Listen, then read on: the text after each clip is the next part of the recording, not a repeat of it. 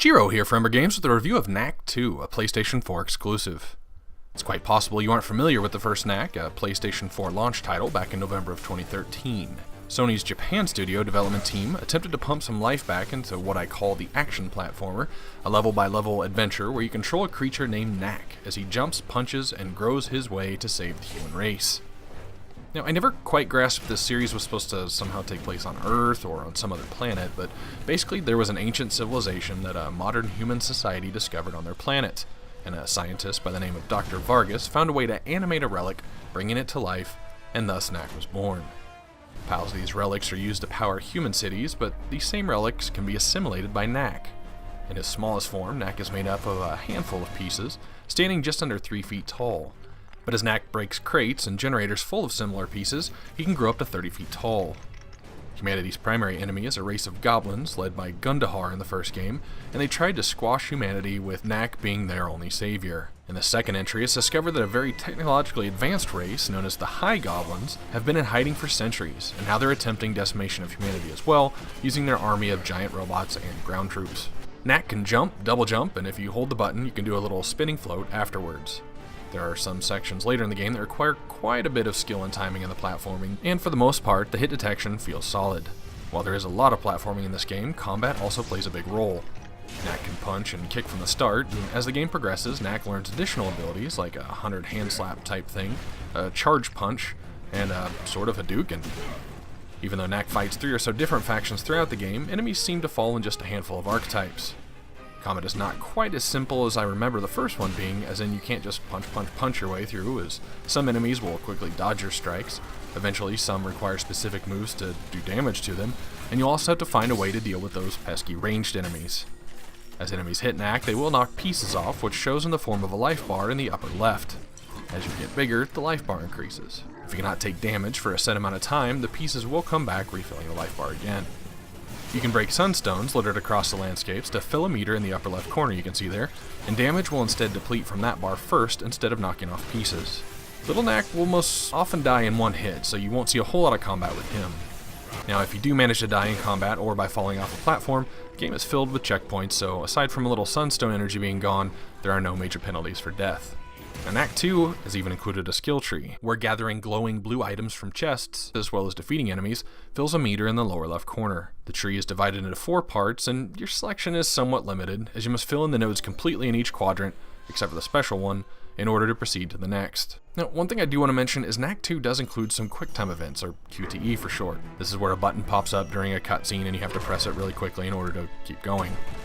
While some of them are there to show some fun cinematic scenes, with what amounts to some pretty unneeded player interaction, as most QTEs in games seem to be, Knack II is a subset of them that function in a way I haven't seen before. When Knack learns a new move, he often first demonstrates it in a slow-motion QTE, requiring the player to push the proper button they will be using in combat.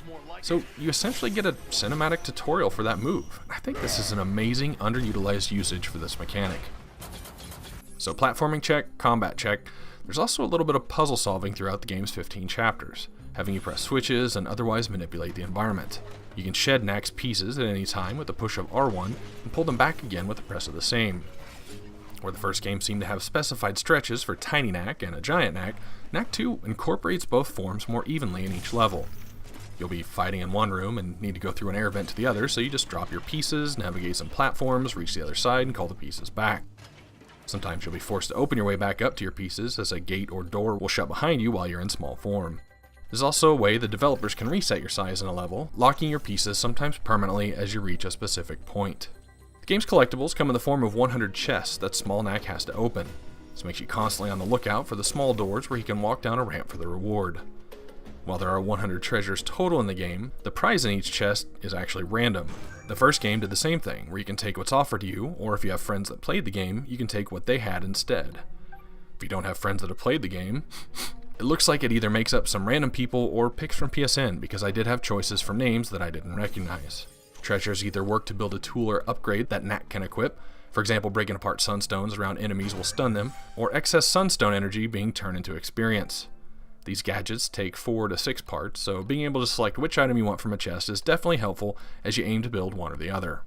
The second types of items are relics, aqua, topaz, and ruby, that take a much bigger collection, but once gathered in their entirety can be used to change Knack's appearance. Once a level's been completed in the main game, you can choose to redo that level from the main menu. Each stage has 3 medals that can be earned by completing the various challenges, and you can also see where you missed treasures to go back and try to find them later.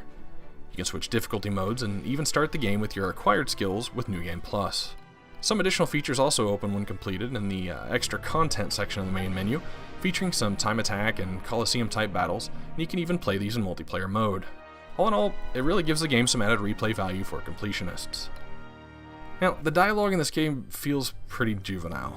I mean, for a lot of platformers that don't try so hard to develop a plot and story, that'd be okay, but there are a lot of cutscenes going on here, and human members of Knack's initiative follow him throughout most of the game's stages.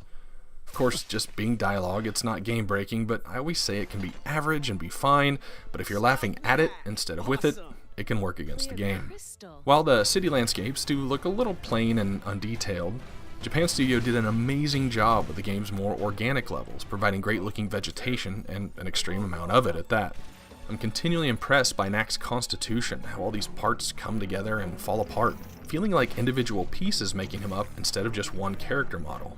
Unfortunately, the rest of the characters in the game don't appear nearly as polished. Overall though, if you miss the old-school adventure combat platformers that aren't around much this generation, Knack provides some challenging, low-risk death platforming, a variety of moves to learn and diversify with in combat, a decently long campaign with extra content and replayable challenges, a mixed bag of graphics, some mediocre to laughable dialogue, an average story, but overall some fairly solid gameplay. Rated as a 3D action platformer, Knack hits a 67 out of 100 on my true 1 to 100 scale, with 50 being an average game. This is Gero for Umbra Games. Thanks for watching. Releasing new reviews weekly, subscribe to the channel for notifications, or follow me on Twitter @UmbraGames.